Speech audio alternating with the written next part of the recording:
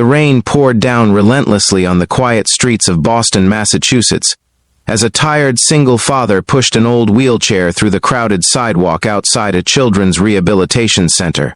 His clothes were worn, his hands rough from years of hard work, and exhaustion hung on his face like a shadow that refused to leave.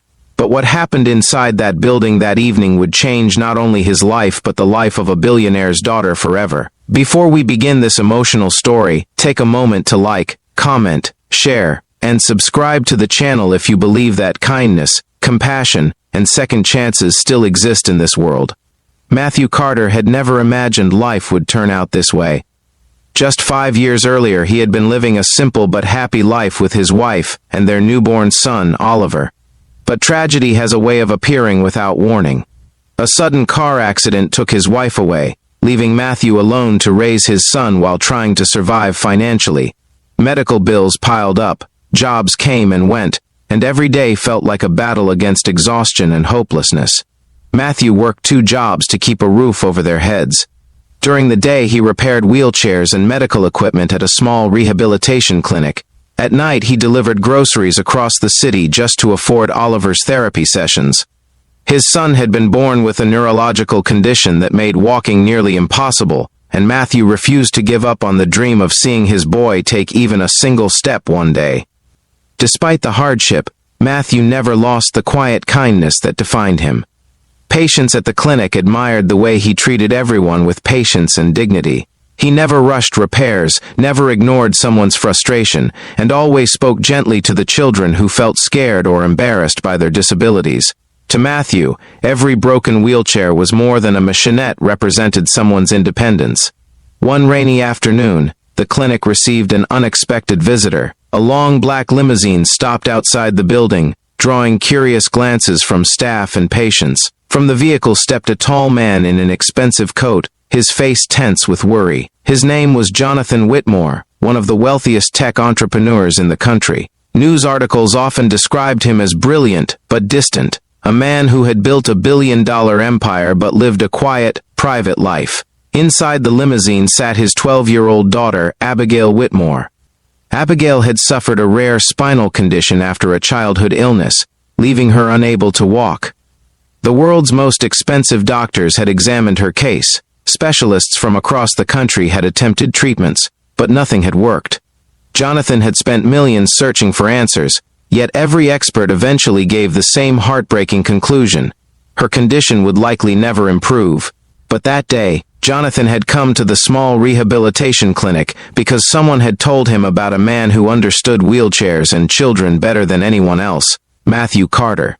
When Jonathan entered the clinic carrying Abigail carefully in his arms, the entire room fell silent. The billionaire looked exhausted, not like a powerful businessman, but like a father who had run out of hope. Matthew noticed immediately. He stepped forward quietly and helped settle Abigail into a chair. Instead of focusing on the wealthy visitor or the expensive suit, Matthew knelt beside the girl and asked about her comfort, adjusting the chair with gentle precision. Abigail watched him carefully. Unlike many adults who spoke to her with pity or awkward sympathy, Matthew treated her like any other kid. Something in that simple respect made her smile. Jonathan explained the situation. He had purchased dozens of custom wheelchairs, but none had helped Abigail feel comfortable enough to attempt physical therapy again. She had grown discouraged and withdrawn, refusing most treatments. Matthew listened without interrupting. When Jonathan finished, Matthew studied the chair Abigail was using. Within minutes, he noticed something no specialist had mentioned before. The balance was slightly off, the support angle wrong for her spinal alignment. It was a subtle mechanical issue small enough to escape medical reports but significant enough to affect how her body responded to movement. Matthew didn't speak about miracles or promise impossible outcomes. Instead, he quietly asked permission to modify the chair. For the next several hours, he worked in the repair room while Abigail waited.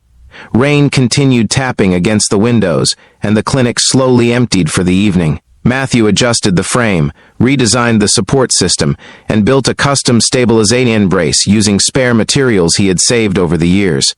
Finally, he rolled the modified chair back into the therapy room. Abigail sat carefully while Matthew guided her posture and adjusted the support bars.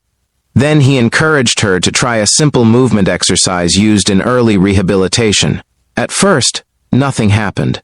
But then something incredible occurred. Abigail shifted her weight slightly, and her legs responded just a little. The movement was tiny, almost invisible to anyone who wasn't watching closely. But Matthew saw it immediately. So did Jonathan. Abigail tried again.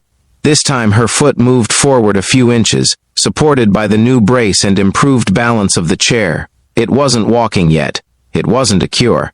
But it was the first voluntary movement her legs had made in nearly 3 years. Jonathan Whitmore stood frozen in disbelief. Tears filled Abigail's eyes as she tried again, and again her legs responded with small, trembling effort. Matthew remained calm, guiding her gently, reminding her not to rush. For the first time since her illness began, her body was cooperating instead of resisting. The billionaire father slowly lowered himself into a chair, overwhelmed by emotion he had kept buried for years. Tears streamed down his face. Not because his daughter was suddenly healed, but because someone had finally given her a real chance to fight again. Wordlessly, Jonathan looked at Matthew with gratitude deeper than money could ever express. Over the next several months, Abigail continued therapy using the customized support system Matthew designed. Her progress remained slow but steady.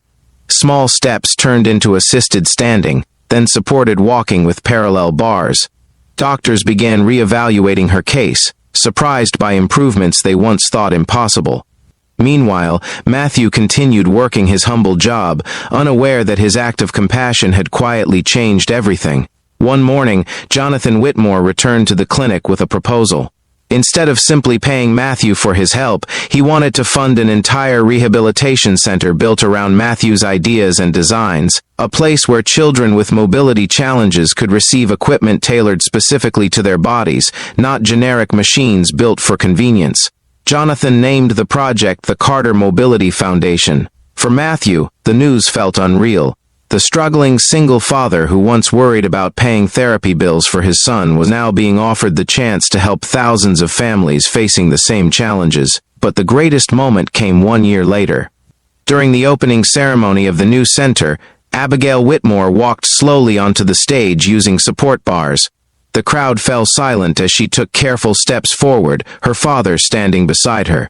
Then she reached Matthew and hugged him tightly. Not as a billionaire's daughter thanking a technician, but as a child thanking the man who believed in her when everyone else had given up. Now, before we reach the end of this story, we have a special request for you. If you're watching right now, comment the word hope below if you believe one act of kindness can change someone's entire life. Matthew Carter never called what he did a miracle. To him, it was simply listening, caring, and refusing to treat people like problems to solve. But to one father, one daughter, and eventually thousands of families who would walk through the doors of the Carter Mobility Foundation, his compassion felt exactly like one. And if this story touched your heart, please take a moment to like, share, comment, and subscribe to the channel so more people can hear stories that remind us humanity is still capable of incredible kindness. Because sometimes the greatest miracles in life aren't created by wealth, power, or fame.